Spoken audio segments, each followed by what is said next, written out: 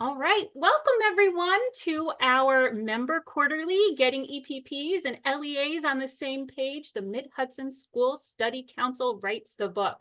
I'm delighted to be with you today. So glad you're able to join us for this upcoming conversation. I'm Christine DeGregory. I serve as AAQEP's Director of Professional Learning, and I'll be serving as your moderator today. So let's get started. I just want to begin briefly with, you probably all know, as you are familiar with our expectations framework, the role that partnerships play, not only in Standard 3, but also in Standard 4. And so I'm really excited to learn alongside those of you attending today about this good work, this great partnership that we'll be hearing about today. First, I want to do some introductions. And so you're going to see everybody's name up here, but I'd like to really go around and have each of our panelists today just take a moment to say hi, where they're from. And then if you could give maybe between 3 and 5 words, you get extra bonus points if you can get it down to 1 word. If you can describe your participation in this work, what about it draws you to it? So I hope we're going to start off. We're just going to go down in order. So I'm going to stop sharing my screen, and panelists, I'll just kind of call on you by name in order, just so you know, alphabetical, so you know when you're coming. So let's go ahead and get started. Lynn. Oh, you're muted, Lynn. Button. There we go. Well, I'm not really enjoying being first. That's the danger of the alphabet. Okay. I have been with the study council since 1997. So I've been around for a while. I was a school board member, and that's how I came to the study council. Only because public education probably is primary in what drives what I do and how I feel. So Great. Thanks, Lynn. And you're welcome. Over to Olga. Hi, everyone. My name is Olga DeJesus Diaz, and although I just recently got married and have another name, it still keeps me on the D, so still on the top of the alphabet list. It's a joy. I'm the associate professor and assistant dean for teacher education here at Marist College. I just made 1 year in my new position, and I'm super excited to be a part of one of the job description in this role was to represent Marist College in engagement in the Hudson Valley Council. And so being a part of it in this year has been great, and I can see great value in it, but we'll share a little bit about the engagement of a higher ed institution in the coalition. Thank you. Thanks, Olga. Sunny. Good afternoon. My name is Sunny Duerr. I'm the Assistant Dean for Assessment and Accreditation and Director of Compliance and a couple of other titles at SUNY New Paltz. I have actually been working with AAQEP for quite a while now in a variety of different capacities.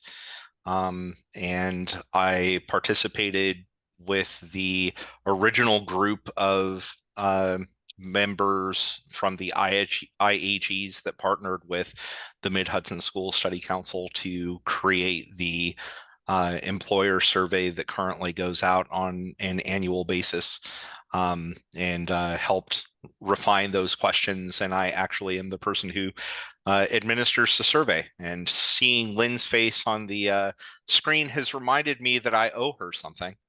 And so I will get that to you as soon as I can. And we have proof, Lynn. We have proof for you. Thanks, Sunny. Over to Derek.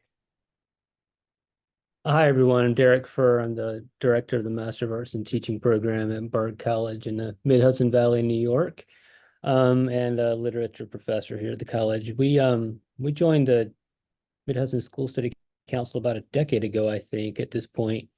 And I can say more about that later, but I guess our primary reason was to have colleagues who are facing similar challenges, but outside of our institution itself, and to work together on those things. And it's been really productive in that way. Thanks, Derek. Robbie?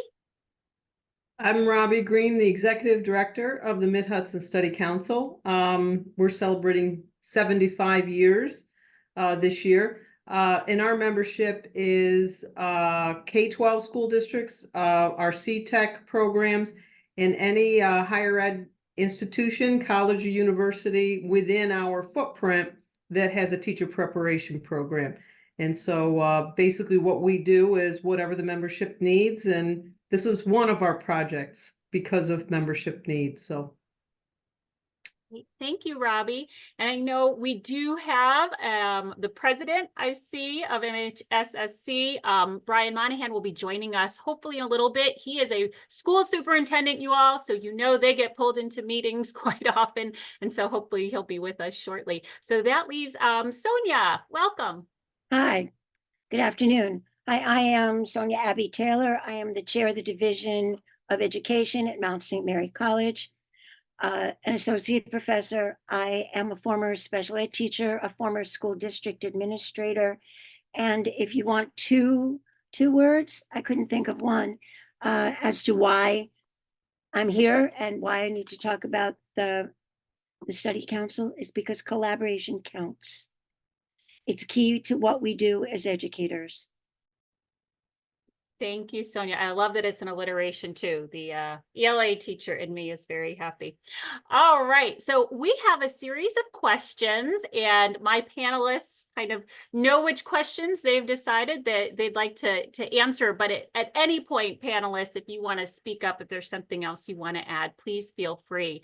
But I'd like to start things off, particularly, maybe Lynn and Robbie, you guys kind of paper, scissors, rocks, who wants to take the first stab at this, but if you could provide a brief history of the council. When did it start? I just heard, right, Robbie, your 75-year anniversary, which is so exciting, but do you know how it began, how it was developed? Give us some of that history.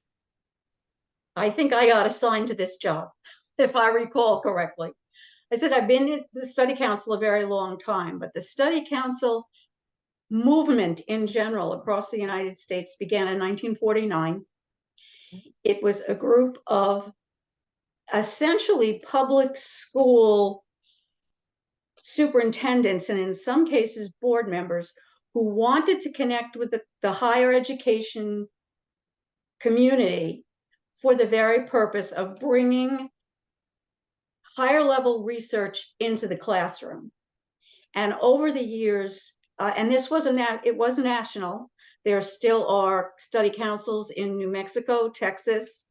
I believe there's still one in Washington State, several in Pennsylvania, one in New Jersey, one all over New England, and a number in New York State. What characterizes each one as individually is that they have to be connected to a university or a college in some way.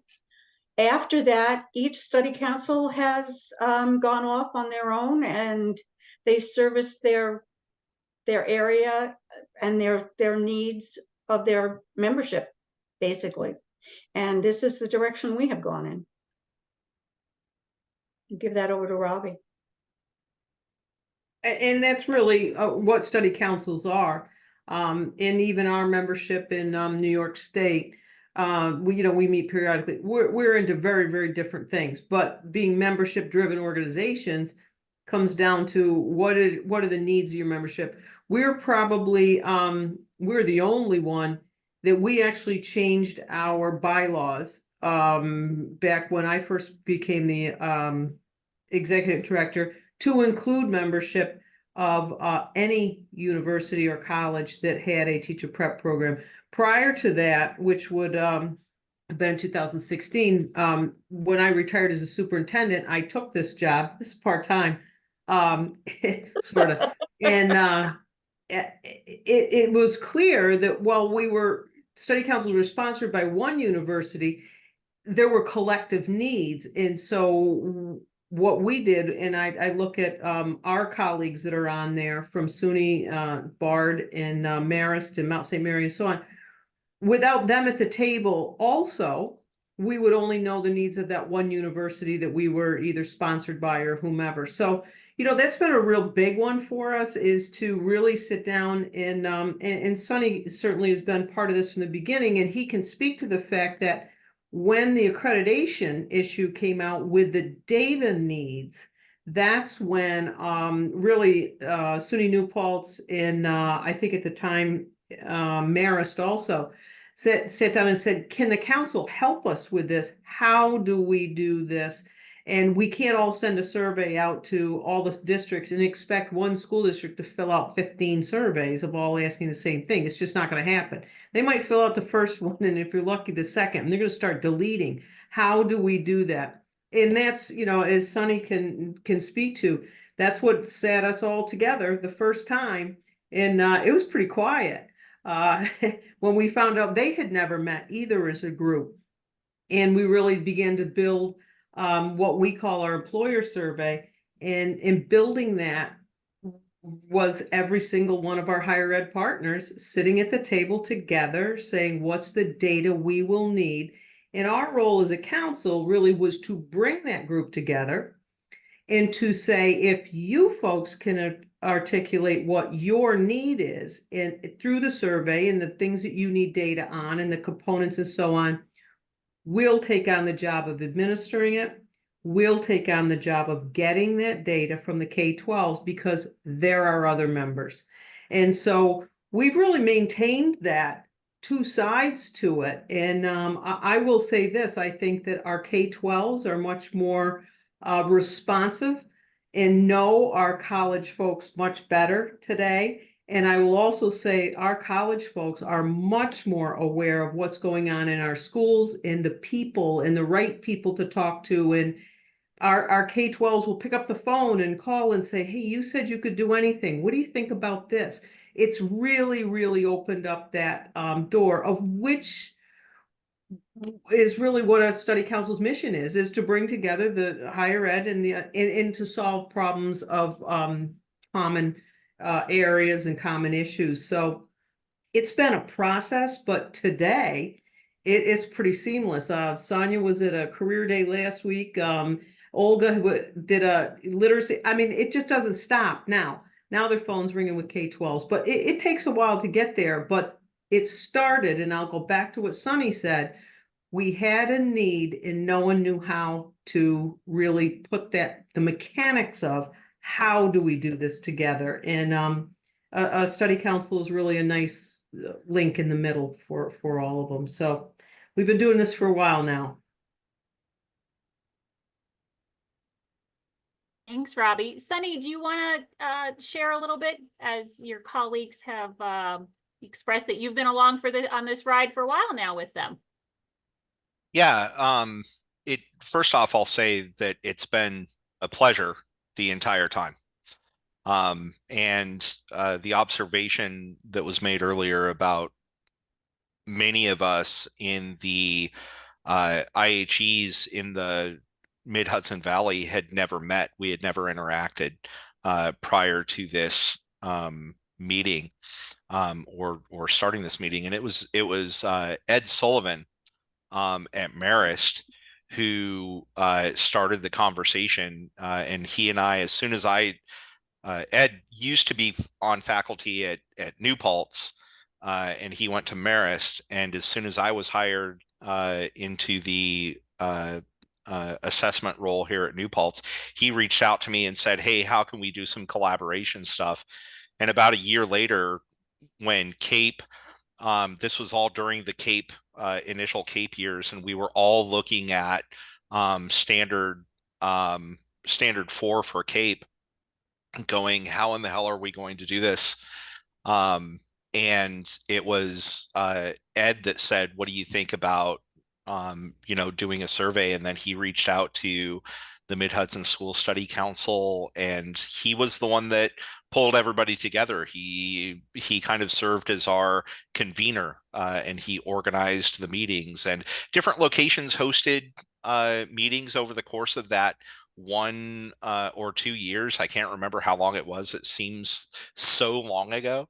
But different institutions hosted the different meetings. I remember we went down to Manhattanville. We went to Mount St. Mary. We went to we had people over here to New Paltz, and there were a couple of other places that we ended up going to have these meetings and hash out what is it that we feel like we need that can be gathered through a survey, and how can MHSSC help us? And the observation Ravi made about asking every district to answer 13 surveys on an annual basis is a lot, and we would end up getting a low response rate if we were to approach it this way. But with the Mid-Hudson School Study Council taking on the administration of the survey, they have connections, they have relationships with district superintendents, and they, the way that it's been phrased to me by Lynne and Ravi is they can apply a certain amount of pressure to ensure that we get decent response rates. And so it's been successful. I think that we've all benefited from that relationship in a number of different ways. Thanks, Sunny. I mean, I love just hearing, right, how together you made yourself stronger, and working in collaboration with one another and making it easier for your P12 partners and who are also swamped, right? None of us have enough time to do all the things that need to get done. So you've all kind of talked a little bit about this, but can you share a little bit more about maybe how many members you have, what you do, other, the survey you mentioned, but how you work together, maybe how often you meet? Is there anything annually that takes place or events? You can give us a little bit more context in that way. Robbie, you want to handle that? We have an executive committee, and on the executive committee are representatives from higher ed. And so they are charged with, they come to the committee with whatever issues higher ed has. I'm on the call now. Are you here? Is it Brian coming in? I think so. Welcome, Brian. We're glad you could join us.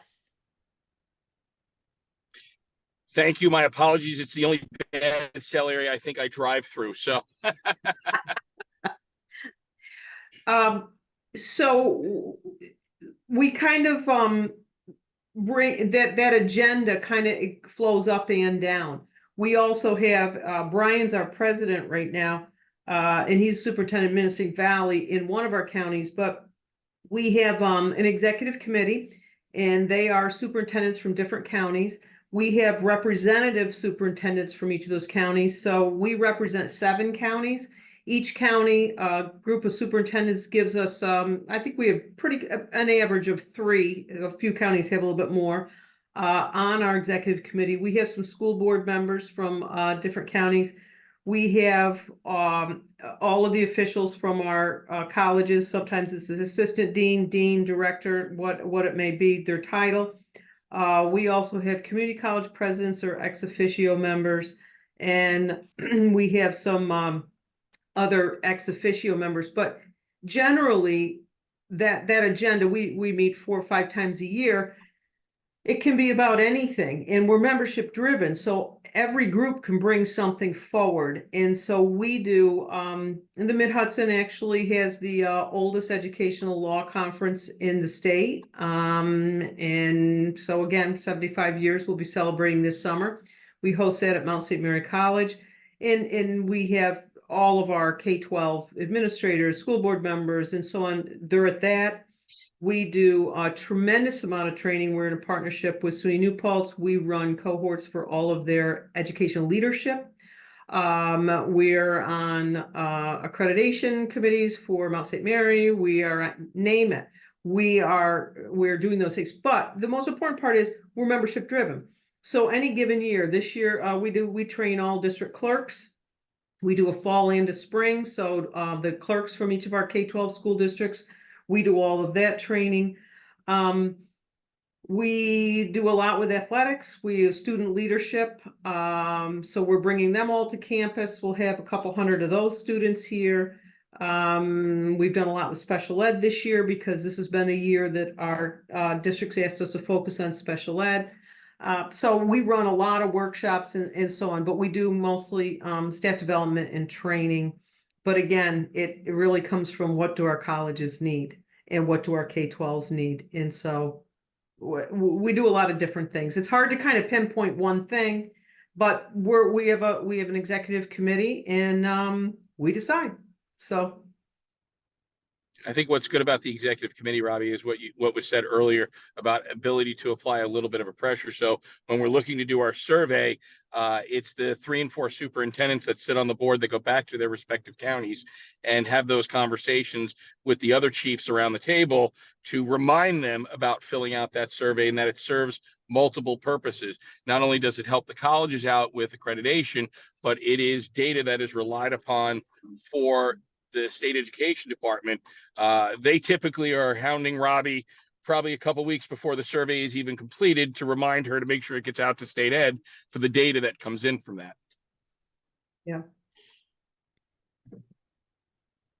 Thank you. I love, as you were describing the composition, Robbie, of just the whole spectrum, right? Of our P12 plus 20 and beyond of partners, which is just fantastic to have all of those stakeholders sitting around the table and being attentive to their needs.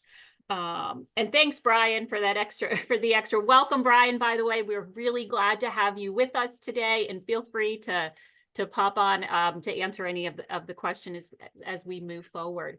So I'm already hearing some echoes of benefits, obviously the practical one to help kind of work towards what are those employers saying about those graduates from your program. So to my AAQEP members there in the field, so this is going to be, you're on deck, Olga, Derek, and Sonia. What are the benefits for you as you've engaged in this partnership? How is your institution benefiting? How does your involvement maybe benefit the others that you are working with around the table? Well, I'll start.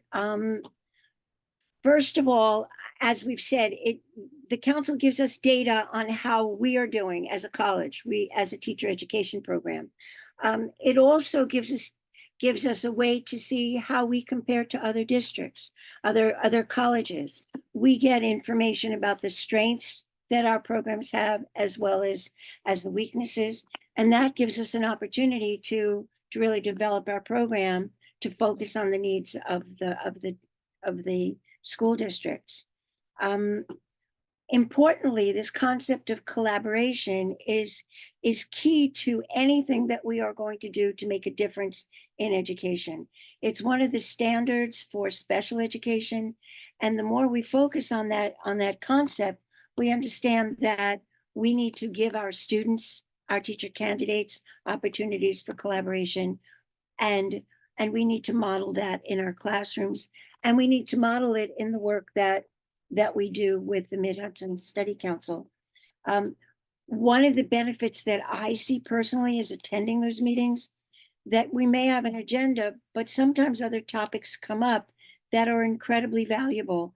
And the way that people share what their needs are in terms of very specific things, it's eye-opening, and each district is different, but we place student teachers in a wide range of districts. So it really gives us insight into what's happening in our school communities. So I can't tell you how much I appreciate being able to attend those meetings. So if I can jump in, the collaboration, as Sonia was saying, it's one of the great benefits of being a member of this study council, but more so those collaborations and conversation often leads to real authentic partnership. So for instance, when the higher ed have to be in compliance with the state's new requirement of having MOUs, official contracts in place, and as it is here in New York State required now, being in a room with all the superintendents facilitated that task, because it was like, okay, Brian, Joe, I'll send it to my secretary, it'll be signed by tomorrow. So it was that kind of fostering and partnership that facilitated that task. Making relationship where you're not just a name on an email, it's not an associate dean sending this request to a superintendent or someone in a district office, but it's now a personable. We're friends, we're colleagues. We come together, and as Robbie said, we're looking at what is our need. So if our need as higher ed folks is that we need to have these MOUs, contracts in place so that our students can go and do their student teaching or field observations. And so having those friendships and relationships with these districts foster that very quickly, but also it then becomes more of a partnership sense, because then we have a lot of our superintendents who then turn around and that same email and say, hey, by the way, Olga, I have a vacancy in math 7 through 12. Who's your latest star that just graduated? And so now I'm supporting as the EPP a vacancy in one of my partners' districts. And so it becomes a great place for that to happen more organically than it is just, the student graduates, finishes the program, and then they have to submit an application and do a whole different, or go to a job fair that's impersonable. So it helps us in that way. Another great opportunity is that we get to talk about what's really happening in the P to 12 in terms of curriculum needs, in terms of, different content areas, and what is the greatest need that has resurfaced recently. Right now, we understand that students with disabilities and serving them with fidelity and integrity is one of the biggest challenges here in the state of New York. And so what are some of the things that the P to 12 superintendents, principals, administrators are deeming as high quality needs, or certain skill sets that are required or needed? And that informs the EPP. Now I have that information. Okay, Olga, I would love to have one of my special ed teachers that's really good on working with assistive technology and teaching through the use. Okay, now I know one of my special ed courses, I need to build this up so that the teachers that are leaving my program are now coming with those additional set skills that the district are saying to us that is needed. So it is a wonderful thing. Like I said, I have a full year of engagement since I've now taken over for, someone had mentioned Dr. Ed Sullivan, who was one of the pioneers in the Hudson Valley area. He was the assistant dean of the teacher education program here at Marist. And so in following in his footsteps and continuing that engagement and commitment of Marist to the study council, I have really enjoyed it and look forward to more opportunities to engage, more opportunity as an EPP independently to help and support the Mid-Hudson region. One thing I might add to what Olga and Sonia have said, and I would echo everything they've said, is that it provides an opportunity for a collective voice among the EPPs and the districts to state ed. And very often at our monthly meetings, I'm really grateful for this. Not only is Robbie there and members of the Mid-Hudson School Study Council, but members of state ed will come and answer questions. And for instance, there's a recent memo from state ed about changes potentially on the horizon in certification. If each of us received that individually and then wrote individually, it'd have a different effect, I suspect.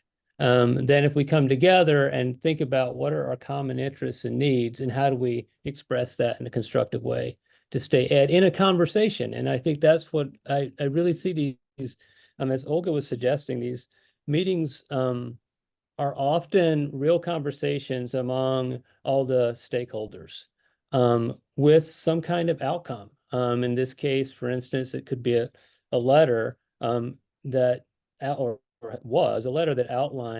our kind of collective position on some of the recent suggestions from state ed. So in any case, I think that sort of, and I'm speaking specifically from the point of view of a small liberal arts college, right, with a relatively small teacher education program, but who's equally affected by this, by the sort of changes on the horizon. So it's really helpful to have not only the collective voice, but also the collective wisdom of all the different people and their perspectives at that meeting. EPPs of very different sizes, different areas of the Hudson Valley. It's just extremely valuable to us. Thank you to each of you. I'm so excited listening to each of you talk. Oh my goodness, it's fantastic. So Olga, you had mentioned one benefit, right, that you can assist your candidates that are, now completers and finding them positions because of that ongoing relationship that you've been able to build with different superintendents. But can you guys think of some other ways that maybe your candidates as well as teachers have benefited from this partnership? So start with my IHE colleagues and then anybody else who'd like to share. I could say specifically, just briefly, the survey, I'll give an example. The survey goes out every year to employers. And as someone mentioned earlier, it compares across, it allows us to compare across the 14 EPPs on the survey on a lot of different areas. The perception of an employer of their candidates from that, right? So a few years, and it's because it's given every year, we can look at it and track how are our candidates perceived. And a few years ago, for a couple of years running, we were not meeting the mean on classroom management from the perspective of the employers. And so it gave us an opportunity. We thought, okay, we should do something about that. We've got data, let's build on it. And so we've made some changes in the program. The candidates themselves, then later in their surveys began to say that they felt better prepared, and we started doing better on the survey itself. So I guess what I'm getting at is that there was like a concrete outcome from that, both a change in the program that then resulted in improvements in both our employer survey and our candidate surveys.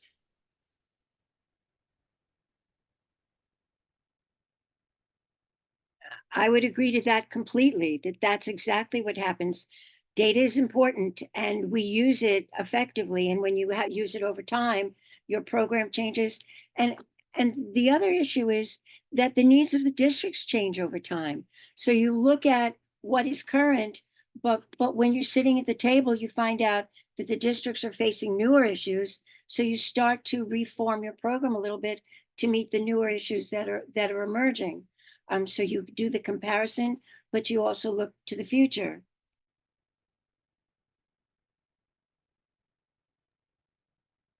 I would just say one of the challenges from being the middle person of all of this is the convincing the K-12s. Go back to what Brian said earlier. We use the army of superintendents to go get their colleagues, and I make hundreds of phone calls and emails and so on about, hey, we're missing your survey. I get periodic lists from SUNY of who hasn't submitted yet, and so I get on the stick. But one of the things we did, I want to say maybe it was 3 years ago, because I write the final report using all the data, the analysis, it goes to state ed and so on. But one of the things that I asked our higher ed to give me, and we used it that year as part of the report, is what difference has the data made? Because if I'm K-12, quite frankly, if I'm going to do this every year for you, is it making a difference, right? And I think that's a really, really valid question if I'm going to fill out an 8-page survey, right? So we asked each of the EPPs, we said, can you just give us, a couple bullets? What did you do? And one of the things we try to convince people of is if you give us the data and we can give it to our colleges, what we want them to do is take finite resources and use them in the correct place. We don't want them to guess. I think my kids are doing well. Seemed to me they were. We want them to know. So it's a better use of their resources in terms of staff development or in terms of making curricular adjustments or whatever that may be. So we literally ask them, and we do another part of the survey, which really doesn't affect their accreditation, but we do a second part to it, which is an employer survey looking at how many teachers did you hire in each certification area for this school year, and how many do you project you'll need in each certification in 3 years? And that's a really important number, because if they're not in our pipeline in our colleges, we already know we're going to have a shortage. So we start working differently. But one of the things that has helped our colleges is they can't add a credential, a micro-credential, a degree program unless they have data to prove there is need, and then state ed can do that. Well, our second part of the survey gives them all the data they need. And it shows how many bilingual K2 teachers we're going to need in 3 years. And if we're going to need 182 of them, and we've got 10 in the pipeline, we're going to be able to get that approval for them to add that program. And so it really is such a key for them. And we asked that question. And we did that year on that, the final survey report that year, we spent 2 pages of saying, this is what these are the changes that happened at Mount St. Mary because of what their data said. These are the changes or the degree programs that were added or the adjustments. I will use a great example of project-based learning. As a region, we weren't scoring well in project-based learning. And one of the things that our higher ed partners did, what they just looked at, how can we embed it in many of the courses we're teaching? We don't see that same data anymore. Well, we never hear about that. We know that they made those changes because the data tells us that. But if we didn't have the data to tell them that, it's not another course. It's how do you embed that in what you're already teaching? So it has to work both ways. And so we try to always tell the K-12s, here's the difference you made. So the better you can tell the higher ed what you need, the better they can make adjustments and use the resources to give you the product you need. It has to go back and forth.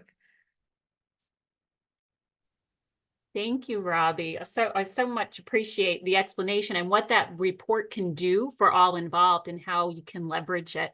So, Sunny, I'm going to ask you about surveys, which I know is going to be tough for you to talk about, but can you talk a little bit more about this survey? Robbie covered a bit about the report that comes out, but maybe talk about over the years, how have things changed, or are there possibly other surveys or other data collection that you all work on together? Let's hear from you. Well, I'll answer your middle question first. What changes from year to year? Robbie and Lynne send me a Word document that has highlights on what they would like changed in the survey. And most of the time it's academic year 2023 changes to academic year 2024. There have been, over the years, there have been a couple of minor changes to some of the things, some of the ways that questions were asked. And I can't remember, but there was one year where it was like the second or the third year, Robbie said, I think we need to do this a little bit differently. And so we worked that out. But there aren't really substantive changes to the survey over time. And I think that that's actually a good thing. And it's important because that allows you to establish consistency in the data that you're looking at. You're not looking at data that responds to different sets of questions every time. You're looking to the same questions over time. And that is a much more powerful data set longitudinally than it would be if we were going in and tweaking this and tweaking that. I think the biggest thing that we did was we removed that employer projection of demand from the part of the survey that I do. And that was a few years back that you all asked me to go ahead and pull that out. And I think you're doing that in a separate administration or something like that. You're collecting that data in a different way. Yeah. We actually pulled that out. We do this, this survey we do in October, and it is for those teachers that have completed their first year of teaching the prior year. So we use the end of the year evaluation from all our administrators. They fill it out, submit it to us by October. We pulled out the employer projection from that because we were asked by our superintendents to do that. They don't know retirements and so on until at least February. So the projection is more accurate, they felt, doing it in February as part of the budget process versus doing it in October. So we do the two separate now, but the report, it all gets put in together, and obviously our colleges all get the data together. The only question that we have added to the first part, teacher preparedness, is teachers from this institution are able to cultivate and develop international and global perspectives in their students. And that had to do with our colleges needing data in that. So that was a new question that we added, I don't know, Sonny, maybe 4 years ago. Well, and that was a question that was added to the survey in direct response to the fact that AAQEP existed where previously they had not.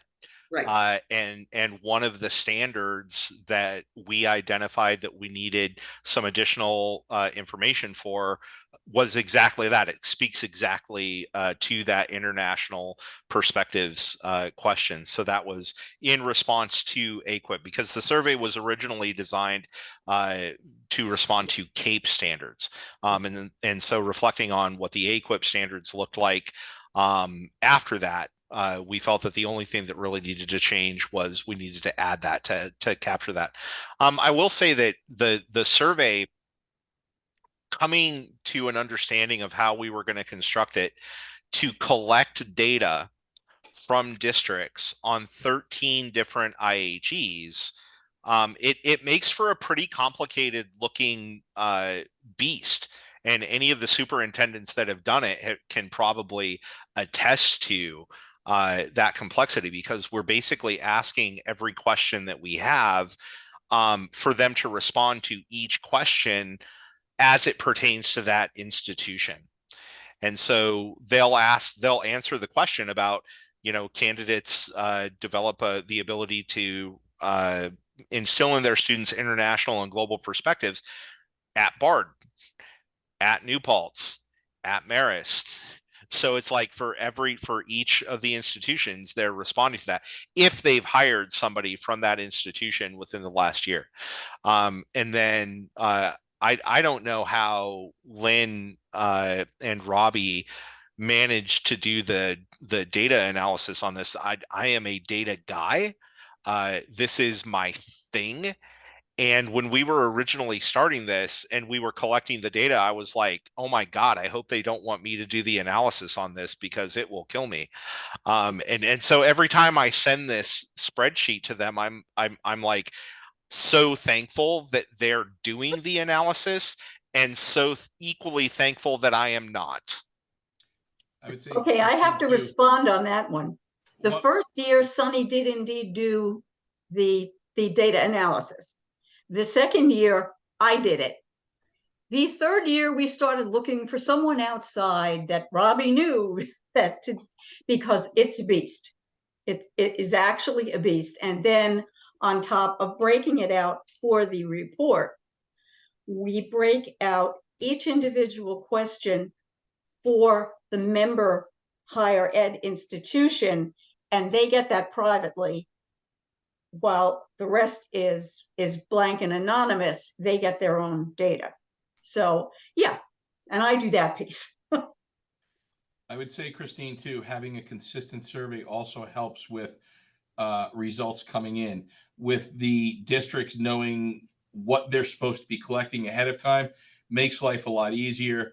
Over the years, we've helped other districts have just a very similar type of collection tool to get all the information they need. They know when that person comes in, here's the questions I have to ask as they come into the district.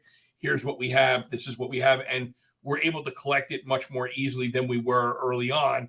But that predictability of what you need as data points makes it easier for us to collect the data, and in turn, easier for us to get districts to want to collect the data because they've done it before. They know what the predictable questions are going to be, so we can just have it done beforehand. Thanks, Brian. Yeah, that familiarity to know what's coming, right? So you're not expecting the unexpected is huge. I'm still thinking about poor principals filling out for potentially 13 different providers, right? Their feedback based on their candidates. That's got my mind kind of blowing up.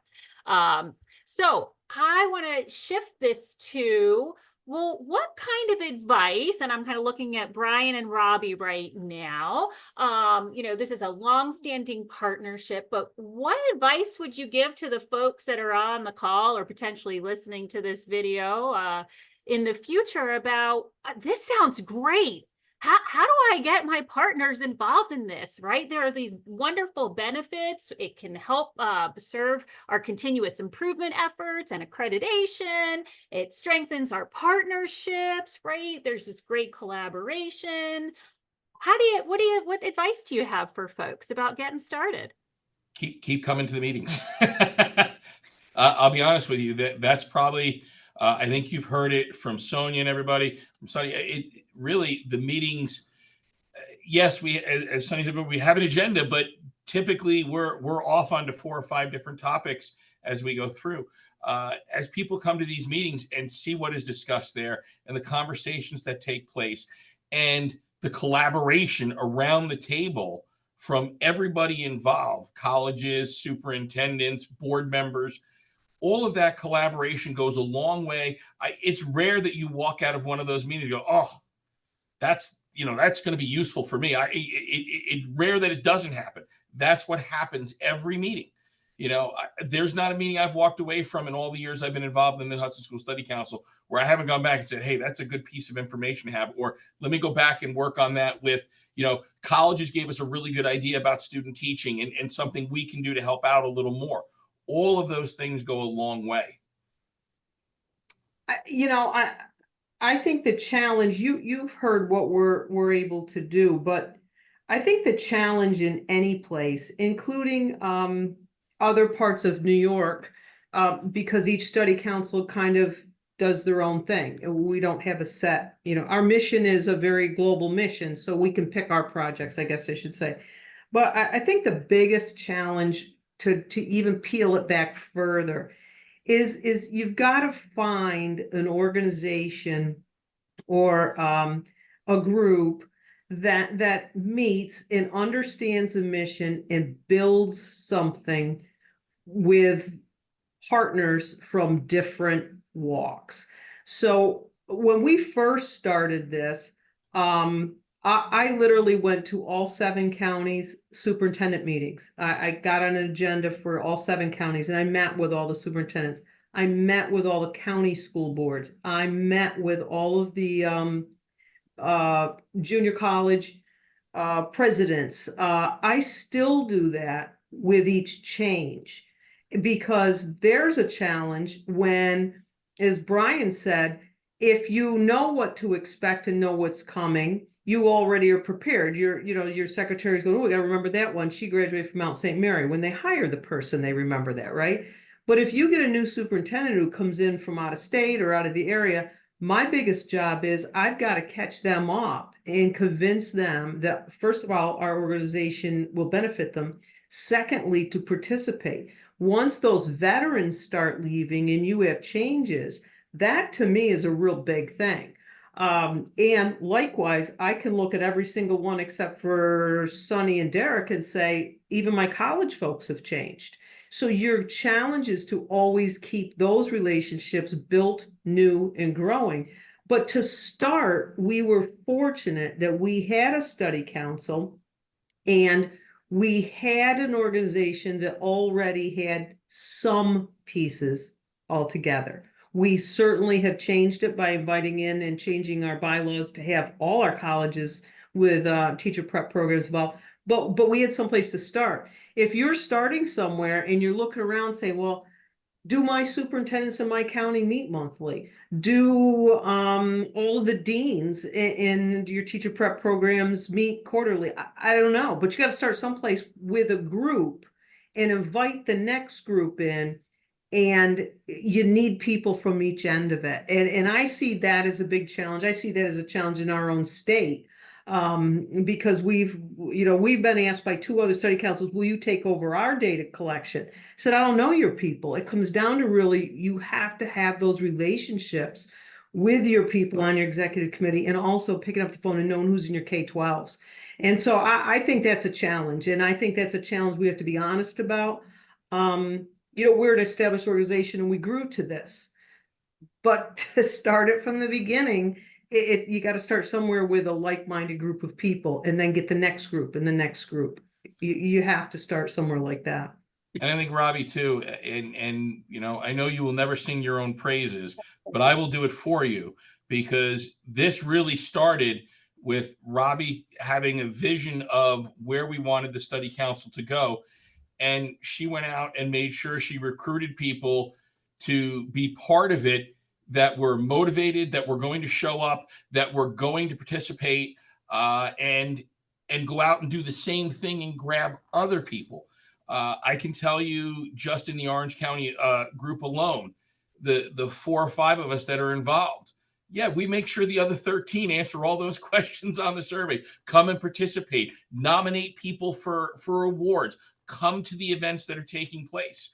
You know, that's really, you know, Robbie was a motivator. And again, and I'll say this way, Robbie, there's not one of us you haven't mentored over all these years as superintendents. And Robbie knows I'll still pick up the phone. I've been doing this job 9 years, and I know I don't know everything. And Robbie's had phone calls from me probably week after week of, what would you do in this? But that relationship goes a long way. And when you start to bring like-minded people like that of wanting to sustain this and build it better, they go out and grab the next generation of people to come in to fill in and start doing these things. And now it becomes self-sustaining. But if you can't build those relationships, it's never going to go anywhere. And our relationships with the colleges and the boards of education, I love the fact that we could pick up the phone and call any one of our partner colleges and say, hey, listen, can you help us with this? Or, you know, hey, listen, we have an opening for a student teacher. Would you like to send somebody over? You know, that happens because of those relationships. But you've got to have people wanting to build those relationships. And it started from the top down. Robbie has recruited every one of us. You get an email or a phone call from Robbie, like, okay, what am I doing? But I'll do it. Robbie needs it. So Before Brian started talking, that's exactly what I was going to say. And it's leadership. And Robbie actually defined what leadership was. And she exemplifies that all the time. But so leadership is key, but it's also the commitment to the goals of this group, and the ability to communicate. When you can communicate, you build relationships, which is exactly what Brian was talking about. So it is a very holistic piece where we are very lucky that we have somebody like Robbie who is focused on getting things done. And as things get done, people have a stronger commitment because they see the value. So it really is a cyclical process of involvement and learning what's happening, and then really being a participant. And that partner relationship with the other person on the camera, who we can say does all of the work and keeps all of us motivated, Lynne, it doesn't happen without the two of these ladies getting this done, because Lynne makes sure we follow through, and whatever needs to be done, we get it done. And, you know, I cannot say enough about the two people involved in the Mid-Hudson School Study Council that make all of this happen. You know, I think, as Lynne described before, that survey is a bear. But who gets it done and who makes sure it gets it done? You know, Robbie and Lynne do it together, and they make sure we get done what we need to get done. When you have people with that type of commitment and who are willing to go out and recruit others who have similar commitments, you can achieve almost anything. So when you want to look back to see where this study council has done well, you can look at two people who really have pushed us to the next level, probably several levels. Okay. And it really comes from the two of them. Lynne and Robbie are just incredible in what we've achieved in this county and what has helped for our colleges, what has helped for our teachers, you know, and for our administrators. If you were able to come to the special education workshop we had here at Menacing Valley, we have the second one coming up, as Robbie said, there was over 90 people there. Almost unheard of to see that many people coming from 7 counties converging in one area, because everybody has a similar interest. And we're probably going to see all of them and more at the next one. One of the efforts that is taking place now that hasn't been mentioned by the study group council is in looking at our data and projecting that we would have a lot of administrators retiring. This council got together and started talking how are we going to prepare for that. And through Robbie's efforts, they started cohorts of growing your own. And they charged the principals, identify teachers that you see have administrative abilities, and let's recruit them. And Robbie, you can talk about those cohorts that are not taking place. That's one of our babies. You know, again, the survey told us that. It told us that the data was showing that in the next 3 years, in the next 5 years, and so on, what we were going to need in terms of administrative leadership. And at the time, we had one of our universities that had the program, and it was a self-select. And, you know, today a self-select is kind of fights for survival because of the internet, right? I can go on the internet and find a program anywhere I want. I don't have to leave my house and whatever. And so it really has to be deliberate. We did a tremendous amount of work with our K-12s with succession planning. We also had a lot of conversations and did a lot of work and research on the differences. You know, we used to have a retirement announced and throw a party and post the job. And those days are really gone.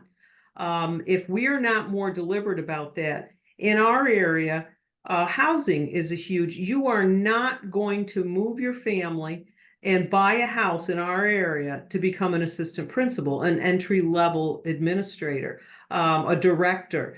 It's not feasible between the cost of housing, the interest rates, and so on and so forth. So those days are gone. And so we really did a lot of work with our districts and how are you identifying your next generation of leaders from your own building and within your own walls. And so we put together, we actually run the SUNY New Paltz administrative program in the cohort in person. It is not online because we are a person business. Our districts literally host, we set the whole thing up. We're a third-party provider for SUNY New Paltz. They send the instructor and the person ends up with an administrative degree from SUNY. We do all the work. We do the informational meetings. We register the students. Lynne is the de facto, she keeps them grounded. But each course is 3 Saturdays. They do 2 courses per semester. And in 4 semesters, we have the person certified. But the bigger piece is they were invited. They were identified by their own school leadership. All their work in terms of doing their administrative, what am I looking for, Lynn? Their internship is sponsored by their own district. It's so holistic. And we have 2 cohorts running right now. I've got one that's running out of my northern county in Sullivan County. There's not one person who won't finish in May who doesn't already have a job. They're working on emergency cert already. We have another one running in one of our Rockland County, and that one, over half of the people already have job offers. So Olga's point is our next generation of leaders have been trained together, raised together, hired together. We have created a learning environment, a professional community before they even have their first job. And we feel very, very strongly about that.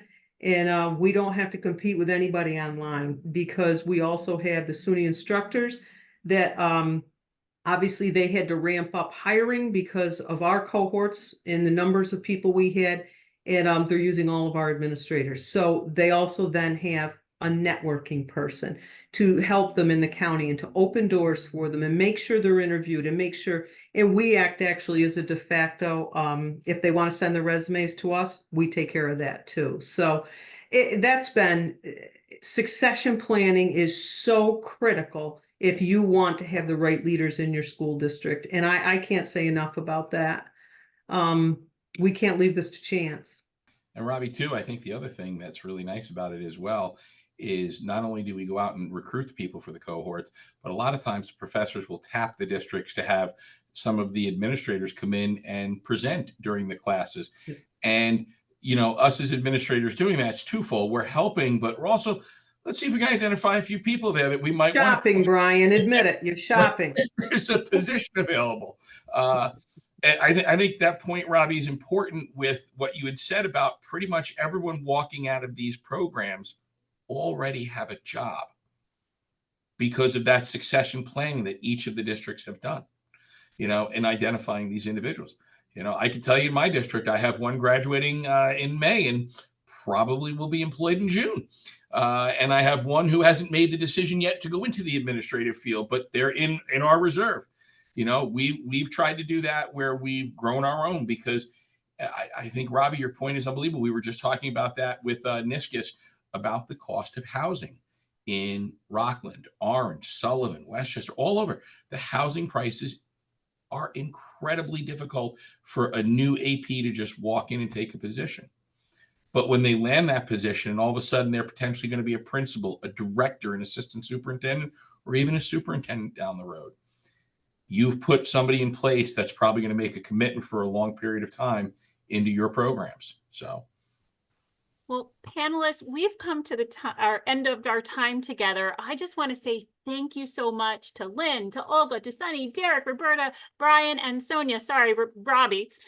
Thank you so much for being here today, for sharing about the good work that you're doing. I really hope that it has served as some inspiration for our participants today to hear about this good work, and maybe ways that you can take some of this back to your own respective institutions and work even more so with those partners. So thank you for being here today. Thank you for the good work each of you do to contribute to growing our next generation of educators. You are an invaluable resource. Be well, everybody.